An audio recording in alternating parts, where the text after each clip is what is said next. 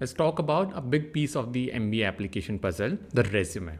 You might have heard that a resume is just a formality, but it is actually one of the heaviest components of your MBA application that can make the heaviest and the biggest impact for you. Many people just assume that they can submit their job resume, and that's where a lot of them fall out of the process. Trust me, I have been there sifting through my own job focused resume and wondering how to make it work for an MBA program. So tons of people who are applying for these programs reach out to me over LinkedIn to get help with their resume reviews, and I see many of them make certain patterns of mistakes. So today I'll not talk about what all you need to put to build a resume like certifications, achievements, education component, etc. I think there is enough information on the internet about that.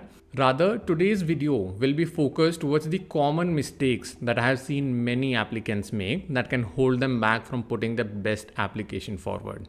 Hey everyone, welcome back to the channel. If you're new here, I am Renal. I graduated from ISB and BITS Pilani, both top tier institutes in India. And on this channel, I share learnings, strategies and hacks from my own educational journey and even corporate career to help make your own journey easy and fun. So in this video, I'll cover 3 key tips to help you craft a resume that really shines. One that catches the eye and earns you a rite of passage with the admissions team. And as a bonus, I have also added a link to the resume that got me into ISB. So don't forget to check it out later. See, here is the thing. Unlike a job recruiter who is focused on a 2 to 3 year future, MBA admission committees are interested in where you are headed 20 years from now. That's a big difference in perspective. They want to see your potential as a leader, an innovator, and a change maker. Think about it like this. When you're submitting a resume for a job, you want every bullet point to show why you are a perfect fit for that job right now. But for an MBA, the admissions team is looking for the high points. They're often skimming, trying to quickly assess if you have the qualities and experience that suggest future leadership and high impact potential. I'll admit, I made the same mistake initially. I remember piling on details from each role, budget targets, task-specific achievements, thinking that more was better. It is very tempting to showcase everything you have done, but trust me, resist that urge. You want to condense each bullet point to its strongest essence. The goal is for them to skim your resume and immediately pick up on the fact that yes, you are capable of great things ahead in the future once you have graduated from the program.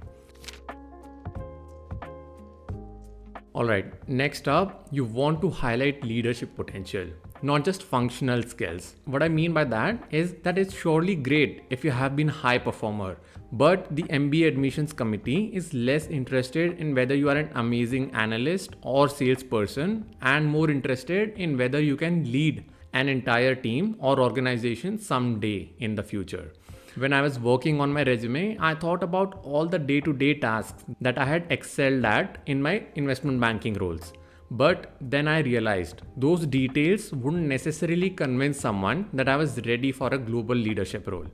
So instead, I shifted to focusing on the times when I took initiative or drove change, moments that reflected leadership or a larger impact on the overall organization.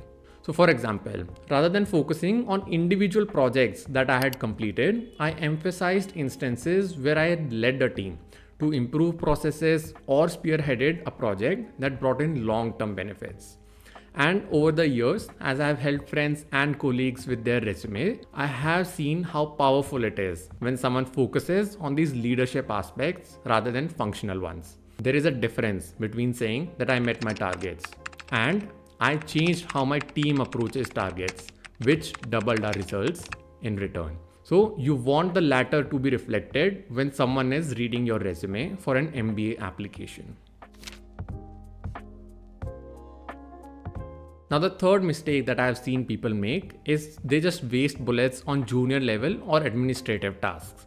We have all had them in our early roles. Even as you progress, there are always some that will be just day-to-day mundane tasks. But an admissions committee is the least interested in what you do in day to day and more interested in the impact that you have made through those tasks. So for an MBA resume, save those valuable bullet points for achievements that really stand out. Let me tell you, early in my career, I spent a lot of time on tasks that, while necessary, didn't showcase my capabilities beyond the basics of my role. When I sat down to build my MBA resume, I realized that I had to be very selective in what I'm writing down, including that I was responsible for scheduling meetings or handling routine reporting wasn't going to impress anyone.